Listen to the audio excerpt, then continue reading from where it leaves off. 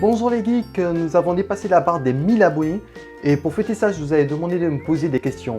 Donc sans plus tarder, je vais y répondre. La première question m'est venue de Arcadie66 qui demande « Tu t'appelles comment? T'as quel âge? Comment t'as fait pour connaître ces hackers?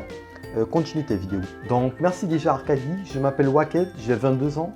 Je n'ai jamais suivi de formation hacker précisément, mais en informatique, le plus important, c'est la sécurité qu'on nous apprend. Donc, quand tu apprends à sécuriser ton système informatique, tu sais quelles sont les failles et tu sais comment y accéder.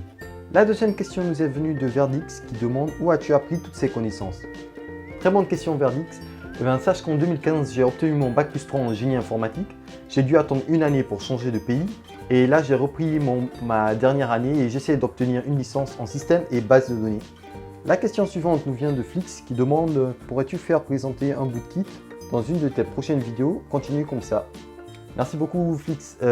Oui, c'est une très bonne idée parce que sache que j'avais déjà fait une vidéo qui présentait comment accéder à son ordinateur quand vous avez oublié le mot de passe. Mais c'était surtout à titre de maintenance, donc évidemment je vais le faire. Très bonne idée.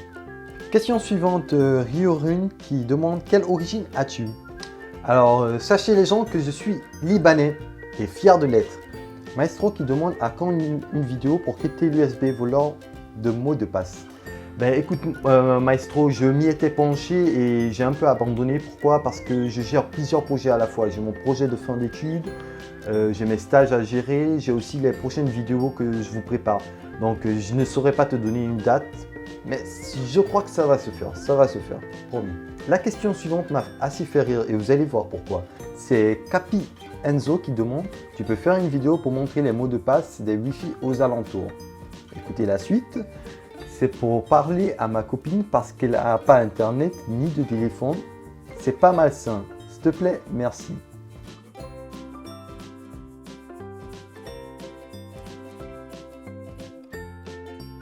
Alors, je vais le faire Enzo, c'était prévu, ne t'inquiète pas.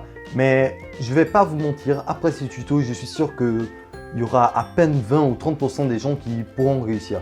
Pas que j'aurais mal expliqué, mais sache qu'il faut beaucoup de temps pour hacker. Généralement, je vois des vidéos sur YouTube qui sont fausses. Les mecs, en 30 minutes, ils réussissent à sniffer un Wi-Fi et à le hacker. C'est impossible, les mecs, c'est impossible. Ce qu'ils font en réalité, ces gens-là, ils sniffent leur propre Wi-Fi, ils intègrent leur mot de passe dans la bibliothèque des mots de passe et ensuite, ils vous font croire que le programme a réussi à craquer le Wi-Fi. Et en plus, en moins de 30 minutes, c'est impossible. Il vous faudra des heures, voire des jours, voire même des semaines.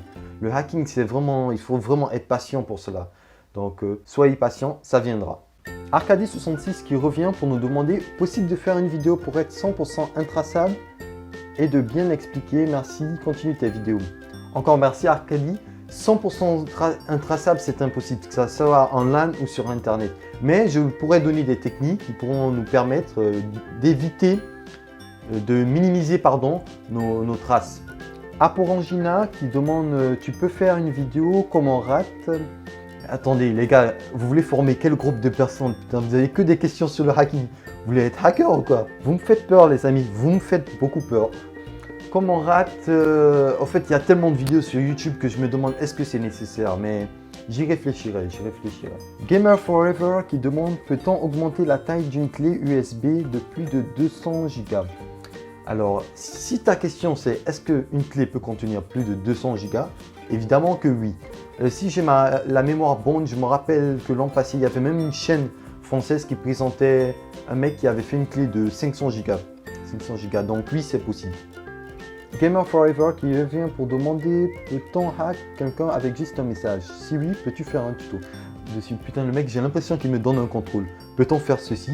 Si oui, développez votre réponse. Alors Gamer Forever, sache que la majorité des gens qui se font hacker, c'est à travers la messagerie.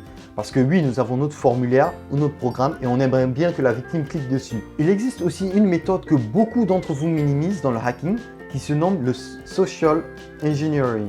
C'est une technique qui consiste à récupérer le maximum d'informations de notre victime à travers des messages, à travers le téléphone et même en contact direct. En fait, il s'agit de profiter de la naïveté de la personne.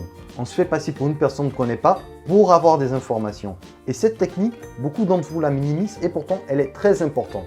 Et enfin, AK51 qui demande « Est-ce que tu peux faire des vidéos avec du hacking plus sérieux exemple Cheval de Troie, Matrix ou DOS, sérieux.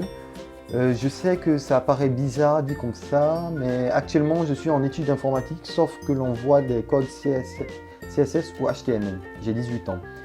Et comme je m'intéresse beaucoup dans le domaine du hack, ça pourrait être sympa mais risqué pour des mauvaises utilisations. Du coup, tu pourrais en faire une, mais limiter la limite d'âge. Merci d'avoir tout lu et bonne continuation.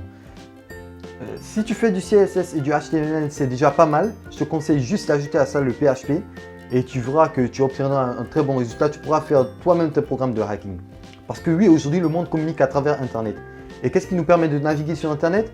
Ce sont les navigateurs. Donc, ils utilisent des sites web. Et 80 à 70% des sites web contiennent du PHP. Donc, maîtrise le PHP et tu ne regretteras pas. Ensuite, pour la limite d'âge, ne t'inquiète pas. Je suis sûr que quand je vais entamer le spoofing ou le hijacking et autres méthodes de piraterie, comme je t'ai dit, 70% des gens ne pourront pas. Pas que mes explications seront mauvaises, mais non, les gens ne prennent pas le temps. Ils veulent obtenir un programme qui ouvre les portes de leurs victimes, qui détruit l'antivirus, qui affecte l'ordinateur et ensuite qui supprime leurs traces. C'est impossible les gens. Les mecs, sachez que les hackers, ils n'ont pas juste un programme, ils ont toute une méthode de travail. Ce n'est pas possible, il faut du temps. Il faut du temps pourquoi? Il faut étudier la victime, étudier son environnement, savoir quel type d'ordinateur elle a, quel système elle utilise, comment accéder à son système, ensuite agir. Et si ça ne marche pas, savoir quelles sont les erreurs, pourquoi ça n'a pas marché.